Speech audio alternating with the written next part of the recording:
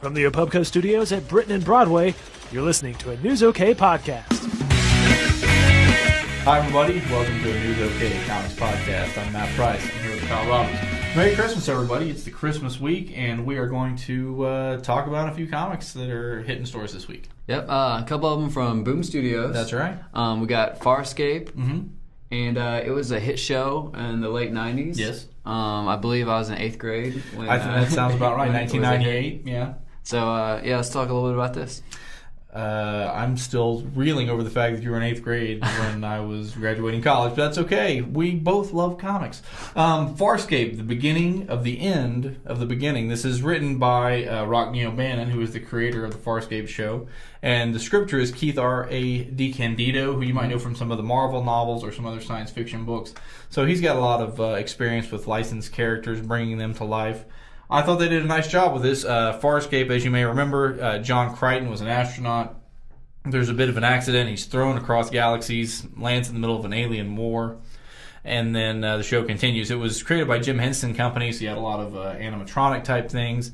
And Ben Browder starred as John Crichton, who's kind of a charismatic guy. And this picks up right after the miniseries Farscape, The Peacekeeper Wars.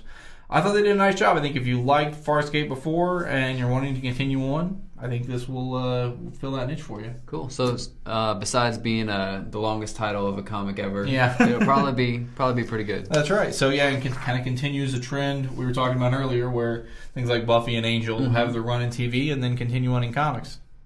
Sweet. Next.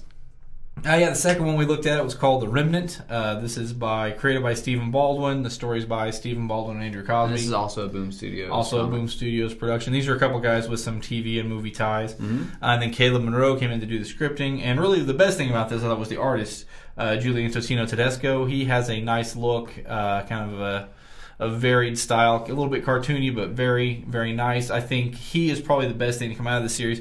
The basic plot as you have it is there's this ex-military guy. He is nearly killed when the Los Angeles Federal Building is blown up. As the police and so on are searching, they find a flash drive with his wife's name on it. They're newlyweds. They bring in his wife for questioning. We don't totally know where this is going to go. There's a mysterious figure following them. There's some stuff that may tie into New Orleans 3 years ago. So you've got basically a lot of mystery and setup in this first issue.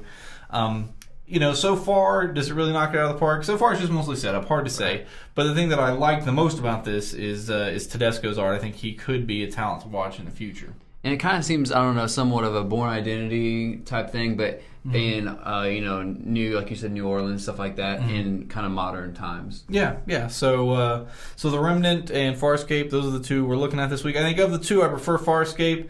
I always thought that was a show that had a pretty nice spine to it, and they're getting people who are very, have a good faithfulness to the show with O'Bannon being involved. We should also mention artist Tommy Patterson does a pretty nice job of capturing the likenesses of the various characters that you have seen on the television program. So, two from Boom Studios to enjoy. Comics are shipping on Christmas Eve, and then next week it will be on Friday, so you'll have a little bit of a longer wait than usual over the Christmas break, but a couple from Boom Studios out to tide you over until then. Sweet. All right, so for Kyle Robbins, I'm Matt Price. Thanks for watching.